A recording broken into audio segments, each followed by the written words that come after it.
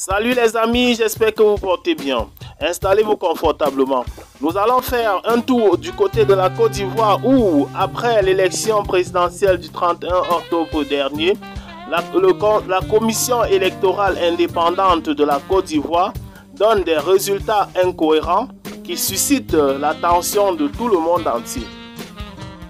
Abonne-toi à notre chaîne pour ne plus rater nos prochaines vidéos. On commence. Eh bien les amis, comme nous vous l'avons annoncé au début de cette vidéo, après l'élection présidentielle du 31 octobre dernier en Côte d'Ivoire, la proclamation des résultats est problématique.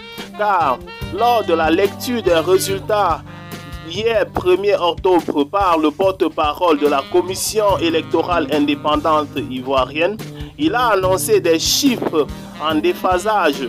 Et là où la goutte d'eau a débordé le vase, c'est là lorsque ce dernier lisait les résultats du département de Siné-Matiali où le nombre de votants a dépassé le nombre d'inscrits avec une différence de presque 2672 voix.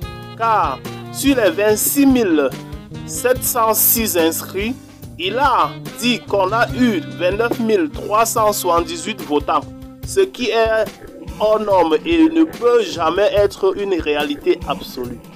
Suite à cette incohérence qui a suscité l'attention du monde entier, aujourd'hui 2 novembre, le porte-parole de la commission électorale indépendante de la Côte d'Ivoire, Émile Eboitier, est revenu sur ce résultat et a corrigé cette erreur, à savoir, sur les 26 706 inscrits, il y a eu effectivement 25 378 votants au lieu de 29 378 votants. Selon la réaction de plusieurs analystes politiques, ils ont pensé que ceci pourrait être une erreur qui s'est glissée lors de la lecture de ces résultats suite au stress et de la charge de travail qui a été attribuée à ce dernier. Plusieurs autres pensent que ça, c'est une raison pour justifier le fait qu'il n'y a pas eu élection en Côte d'Ivoire et que les résultats pourraient juste être une simple fabrication, car l'opposition ivoirienne soutient cette idée.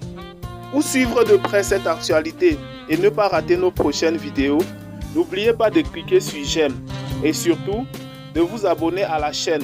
Et si vous l'avez trouvée intéressante, n'oubliez pas de la partager avec vos amis. Bye et à très bientôt pour de nouvelles vidéos.